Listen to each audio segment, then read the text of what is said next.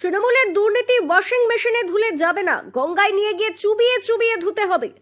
তমলুকের মাটি থেকে তৃণমূল কংগ্রেসকে কার্যত রণহুঙ্কার দিলেন আসামের মুখ্যমন্ত্রী হিমন্ত বিশ্ব শর্মা। 23 এপ্রিল প্রথম দফার নির্বাচন, 21 এপ্রিল নির্বাচনের শেষ প্রচার। আর এই শেষ প্রচারের 24 ঘন্টা আগে তমলুকে এসে অসমের মুখ্যমন্ত্রীর ঝোড়ো বক্তৃতায় কার্যত মুখ্যমন্ত্রী সহ রাজ্যের তৃণমূল কংগ্রেসকে তীব্র আক্রমণ করলেন। তার বক্তৃতায় কখনো ছিল রাজ্যে মাছ মাংস খাওয়া নিয়ে তৃণমূলের মিথ্যা প্রচার, আবার কখনো জয় শ্রীরাম প্রসঙ্গ থেকে তৃণমূলের চাকরি দুর্নীতি সহ একাধিক বিষয়। আর সব মিলিয়ে তমলুক থেকে এক কথায় রণহুঙ্কার দিলেন আসামের মুখ্যমন্ত্রী হেমন্ত বিশ্ব শর্মা।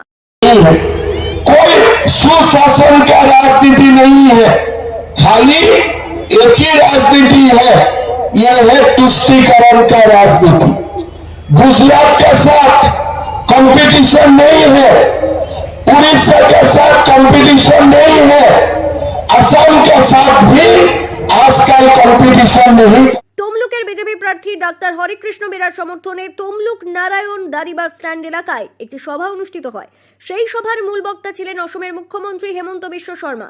সেই সভা থেকে তিনি মুখ্যমন্ত্রী মমতা বন্দ্যোপাধ্যায়কে আক্রমণ শানিয়ে বলেন, ভগবানের নামের থেকে সারা দিনে অমিত শাহ ও নরেন্দ্র মোদীর নাম জপ করেন, শেষ 2-4 দিন সেই সঙ্গে যুক্ত হয়েছে হেমন্ত বিশ্ব শর্মার নাম। এর পাশাপাশি হেমন্ত বিশ্ব শর্মা বলেন, এ রাজ্যের মুখ্যমন্ত্রী মমতা বন্দ্যোপাধ্যায়কে বলতে চায়, শুধু আল্লাহর হাতে ভোট নেই, রামের হাতেও ভোট আছে। উনি সবসময় ইনশাআল্লাহ ও খোদা হাফেজ বলেন, কিন্তু কখনো জয় শ্রীরামের নাম নেন না। আপনাকে বলতে চাই, আপনার মুখ দিয়েই জয় শ্রীরাম বলাবো। তৃণমূলের লোকজন এত দুর্নীতি করেছে, ওয়াশিং মেশিনে ধুইলেও ময়লা যাবে না, গঙ্গায় নিয়ে গিয়ে চুবিয়ে চুবিয়ে ধুতে হবে।